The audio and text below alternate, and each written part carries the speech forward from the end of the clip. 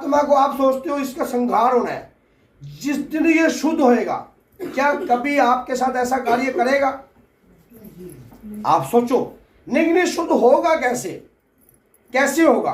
आप मेहंदीपुर बालाजी में चले गए, चलेगी नहीं चलेगी? वहां पर जाकर आपने पेशी खा ली, क्या वो शुद्ध हो गया? शुद्ध दो प्रकार से होता है। पहली बात, जब आपके अंदर से कोई शक्ति का सिमरन चलने लग जाए। कैसे? नाम की शक्ति। तू गोस्वामी तुलसीदास ने स्वयं कहा है कि कलयुग केवल नाम आधारा, कलयुग केवल नाम आधारा, आधार है वहां पर जो है नाम की शक्ति चलेगी। जैसे कि जय श्री राम चलती ना, कलयुग केवल नाम आधारा, सुमर सुमर नर उतरे पारा। तो आप सोच के देखो कि नाम की शक्ति चलेगी। जब आपके अंतर मन में नाम की शक्ति चल जाएगी, भगवान के नाम की। अब कोई लेडीज है वो पेशी खाती है, कहती मेरे को पढ़ना लिखना कुछ नहीं आता, बोलते हो कि बहुत सारी लेडीज ऐसे वजह मान लो। फिर दूसरा बात ये होगा, संकट आपके साथ क्या करेगा, आपको लेडीज प्रॉब्लम कर देगा। जैसे ही मेहंदीपुर जा रहा है लेडीज प्रॉब्लम कर दी, तो क्या उसके बाद भगवान का नाम लेना पाप है? क्या मंत्र जाप करना पाप है? बताओ। अच्छा, आप सोच के देखो कि जब आप के शरीर पर कोई संकट रह रहा है, संकट आपके शरीर पर है और वो गलत काम कर रहा है, तो पापी कैसा हो सकता है? वो पापी जब है क्योंकि उसकी बुद्धि जो मलिन है, उसे परमात्मा का ज्ञान नहीं है। आपने शिव पुराण पढ़ा हो या कोई भी ऐसे ग्रंथ पढ़े हो या हरिवंश पुराण पढ़ा हो, उसमें कथा बताते हैं कि भगवान के नाम की ये एक प्रेत था, एक फलाना था, एक ये था, जब उन्होंने भगवान का सिमरन करा तो उसकी सदगति होगी। सुनते होगे आप। ऐसे ही जब आप अंतर मन में नाम की शक्ति को चला दोगे, जैसे कि श्री राम जय जय राम, श्री राम जय जय राम, अंदर से नाम जप गया, इस नाम जाप की शक्ति जब अंदर चलने लग जाएगी तो संकट घबरा जाएगा। आपके अंदर एक ऊर्जा का प्रभाव होगा, वो डर जाएगा कि इसके शरीर के अंदर एक ऊर्जा जाग गई है। जब वो ऊर्जा जाग जाएगी तो संकट कहेगा निकलो, इस शरीर को छोड़ना ही पड़ेगा। क्यों? नहीं तो हमें मरना पड़ेगा, गुजारा नहीं है। क्योंकि आपने अपने अंतर मन को शुद्ध करने लगे हो, लेकिन अंतर मन शुद्ध होने नहीं देगा संकट। जब आपके शरीर के ऊपर कोई मलिन शक्ति होगी तो आपका ध्यान भटकेगा, लेकिन उस जगह एक की शक्ति कार्य करती है, गुरु की शक्ति। कहते हैं कि मेरी भक्ति मेरे गुरु की शक्ति, फुरो मंत्रो ईश्वरो वाचा। वहां पर गुरु की शक्ति, अगर सही गुरु होगा, सदमार्ग पे लेके जाएगा तो आपको संकट हरा नहीं पाएगा। अब गुरु के बगैर सिस्टम शुरू नहीं होता, जिसका गुरु नहीं उसकी लाइफ शुरू नहीं। तो क्या है, संकट उसको हिला देता है, उसके माइंड में मलिन। अब जैसे तुम्हारे माइंड में कोई मलिन चीज जाग गई, मान लो तुम नाम भी जप रहे हो। जैसे एग्जाम्पल मैं आपको देता हूँ कि आप हनुमान चालीसा पढ़ रहे हो, हनुमान चालीसा पढ़ते पढ़ते आपको अदृश्य गंदे सीन दिखने लग गए। सुनो जरा, अभी रुको, मैं सब बताऊंगा। ये हम इन चीजों से निकले हैं प्रैक्टिकल, तभी तो तुम्हारे साथ दे रहे हैं।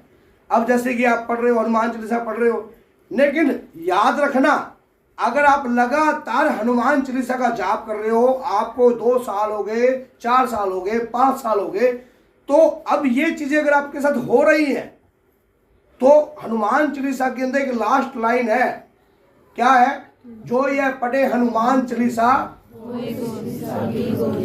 और क्या है? जो 7 बार पाठ कर कोई।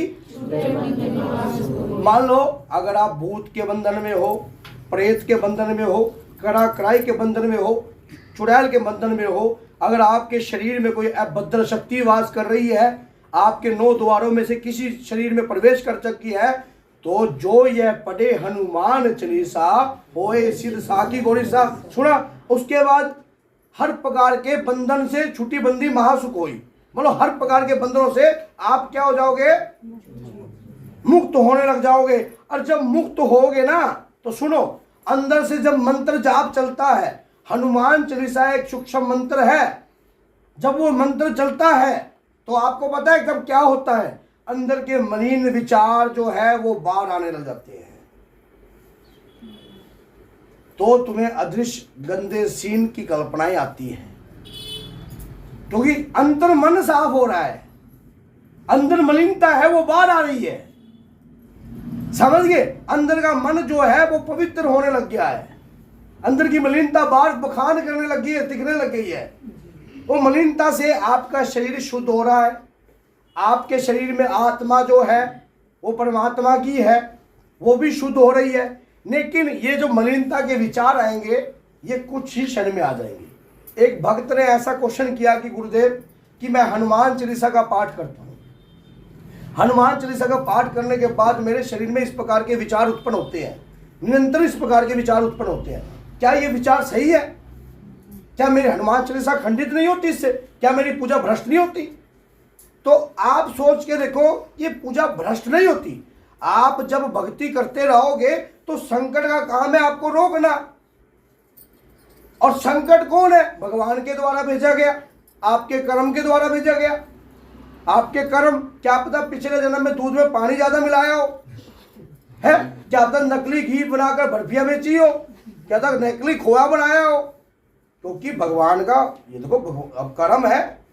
कहते हैं कि जो कर्म है वो कर्ता को ढूंढ ही लेता है, चाहे दुनिया के किसी भी कोने में बैठा हो, चाहे नेपाल चाहे पाकिस्तान, क्यों हर जगह कहीं भी बैठा हो, जिसने जैसा कर्म किया उसको वैसा फल मिलेगा, आज नहीं तो कल मिलेगा, और मिलना जरूरी है, स्वाभाविक है, क्योंकि भगवान के द्वारा बनाया गई चीज है। दूसरी प्रकार दीवार पे गेंद मारो तो गेंद लगकर आनी तो वापस ही है, चाहे एक टप्पा खा के आए, चाहे दो आए, चाहे तीन आए, गेंद तो वापस ही आनी है। लेकिन ऐसे लोगों के साथ ही गलत होता है, जो लोग गलत प्रक्रिया करते हैं। अब आप सोचते हो मेहंदीपुर बालाजी से, हनुमान जी से हम जुड़ गए हैं। आप हनुमान जी से जुड़े कब? जुड़े ही नहीं आप हनुमान जी से। अगर हनुमान जी आपके अंदर जग जाए, कहते कि भूत पिशाच निकट नहीं आवे, महावीर महावीर के नाम से भूत पिशाच निकट नहीं आता।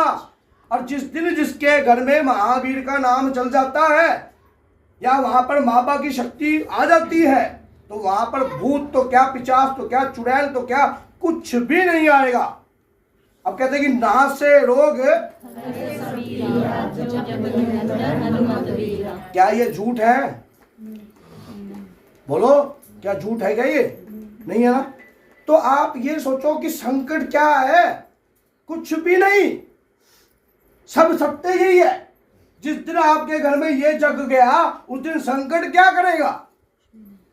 क्या कर लेगा संकट तुम्हारा? क्या बिगाड़ लेगा बताओ? लेकिन तुम अपने बच्चों के अंदर ऐसी चीजों को जगने ही नहीं देते, पहले ही उसको बंद कर देते हो। सबसे पहला बाप बड़ा ना भैया, सबसे बड़ा रुपया, वो चीज सबसे पहले जग जाती है, तो संकट तो अपने आप ही बाप बन जाएगा तुम्हारे घर में। अब संकट क्या करता है? संकट अच्छा लड़ाई कैसे कराता है संकट बताओ?